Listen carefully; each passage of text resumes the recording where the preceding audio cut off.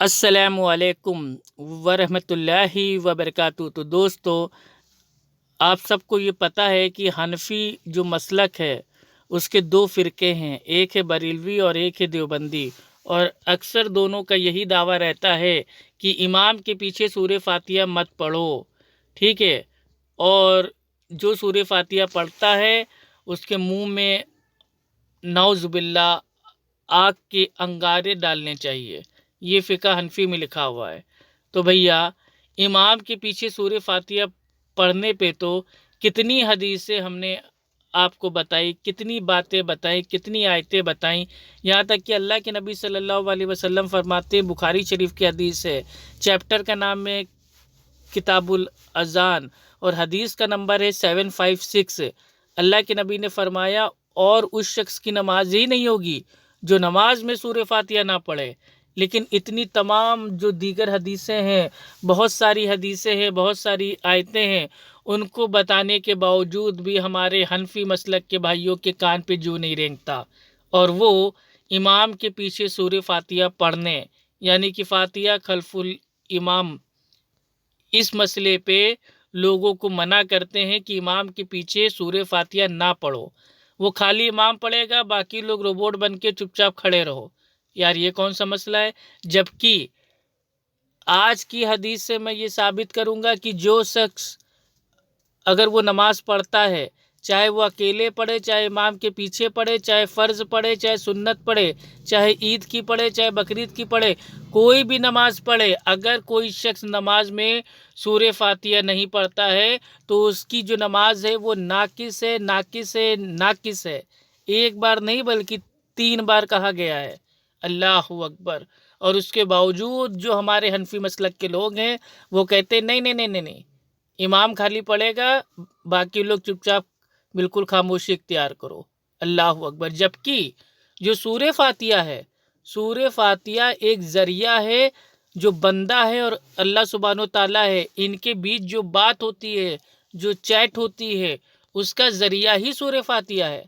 اگر کوئی بندہ اپنے رب سے، اپنے خالق سے، اپنے مالک سے اگر وہ بات کرنا چاہتا ہے تو اس کے اوپر یہ لازم ہے، یہ فرض ہے کہ وہ نماز میں سورہ فاتحہ پڑھے، کیونکہ جب وہ سورہ فاتحہ پڑھے گا تو اللہ سبحانہ و تعالیٰ اس کا جواب دیتا ہے، یعنی کہ جو بندہ ہے اور جو اللہ سبحانہ و تعالیٰ ہے، ان کے بیچ جو باتیں ہوتی ہیں، جو چیٹ ہوتی ہے، وہ نماز میں سورہ فاتحہ کے ذریعے ہوتے ہیں۔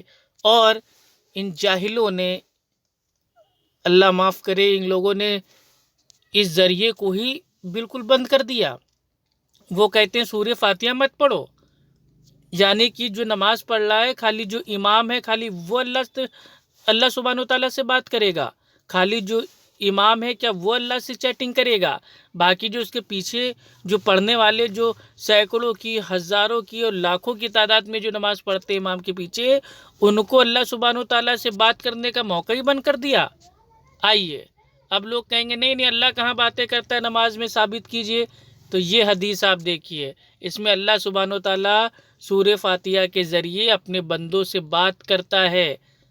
جب بندہ کہتا ہے الحمدللہ رب العالمین، تو اللہ سبحانہ و تعالیٰ اس کا جواب دیتا ہے، پھر وہ آگے پڑھتا ہے تو آگے جواب دیتا ہے، پھر اور پڑھتا ہے، پھر اور جواب دیتا ہے، یعنی کہ گویا جو سورہ فاتحہ ہے یہ اللہ سبحانہ و تعالیٰ اور اس کے بندے کے بیچ میں جو باتیں کرنا ہے، چیٹنگ کرنا ہے، اس کا ذریعہ ہے۔ اور اس ذریعے کو اللہ معاف کرے، کچھ جاہل لوگوں نے اندھی پیروی میں، اندھی تقلید میں، اتنے بڑے ذریعے کو انہوں نے امت سے چھین لیا اور کہا کہ نہیں، امام کے پیچھے سورہ فاتحہ مت پڑھو، خالی امام پڑھے گا، تم لوگ روبوٹ بن کے چپ چاپ خاموشی سے کھڑے رہو۔ اللہ اکبر! آئیے اسٹارٹ کرتے ہیں حدیث۔ سفیان بن عیینہ نے علا بن عبد الرحمن سے خبر دی، انہوں نے اپنے والد سے، انہوں نے حضرت ابو ہریرہ رضی اللہ تعالیٰ عنہ سے، انہوں نے نبی صلی اللہ علیہ وسلم سے روایت کی کہ آپ نے فرمایا، جس نے کوئی نماز پڑھی اور اس میں ام القرآ کی قرات نہ کی تو ناقص ہے، 3 مرتبہ فرمایا، یعنی پوری ہی نہیں۔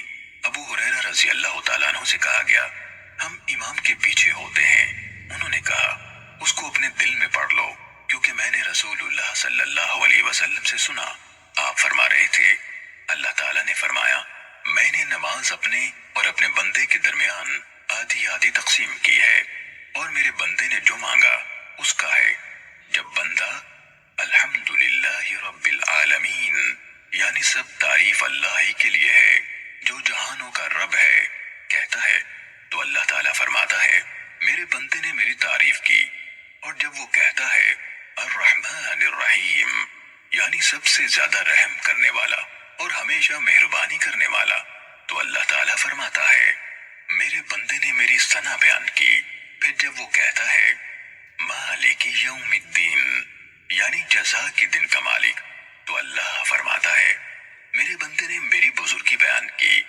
اور ایک دفعہ فرمایا میرے بندے نے اپنے معاملات میرے سپرد کر دیے۔ پھر جب وہ کہتا ہے ایاک نعبد و ایاک نستعین یعنی ہم تیری ہی بندگی کرتے اور تجھی سے مدد چاہتے ہیں، تو اللہ فرماتا ہے یہ حصہ میرے اور میرے بندے کے درمیان ہے، اور میرے بندے نے جو مانگا اس کا ہے۔ اور جب وہ کہتا ہے اہدنا الصراط المستقیم صراط الذین انعمت علیہم غیر المغضوب علیہم ولا الضالین یعنی ہمیں راہ راست دکھا، ان لوگوں کی راہ جن پر تو نے انعام فرمایا، نہ غضب کیے گئے لوگوں کی ہو اور نہ گمراہوں کی، تو اللہ فرماتا ہے یہ میرے بندے کے لیے ہے اور میرے بندے کا ہے جو اس نے مانگا۔ سفیان نے کہا مجھے یہ روایت علا بن عبد الرحمن بن یعقوب نے سنائی، میں ان کے پاس گیا، وہ گھر میں بیمار تھے، میں نے ان سے اس حدیث کے بارے میں سوال کیا تو انہوں نے مجھے یہ حدیث سنائی۔ صحیح مسلم حدیث نمبر 878۔ اللہ اکبر۔ بتائیے، اللہ سبحانہ و تعالیٰ نے صاف ارشاد فرما دیا کہ جو سورہ فاتحہ ہے وہ اللہ اور جو بندہ ہے اس کے بیچ میں وہ تقسیم کر دی گئی ہے، یعنی کہ یہ بات چیت کرنے کا ایک ذریعہ ہے اپنے رب سے، الحمدللہ۔ اور جو یہ ذریعہ ہے اس کو ہی کچھ لوگوں نے اپنے مسلک پرستی، اپنے فرقے بازی میں اس ذریعے کو ہی بالکل ختم کر دیا۔ تو میرے بھائیوں، دماغ کی جو بتی ہے اس کو جلاؤ، ٹھیک ہے؟ اور آج ہی سے جو نماز ہے اس کی پابندی کرو، اور اس طرح نماز پڑھو جیسے نبی صلی اللہ علیہ وسلم نے پڑھی ہے اور ہمیں پڑھنے کو کہا ہے، ٹھیک ہے؟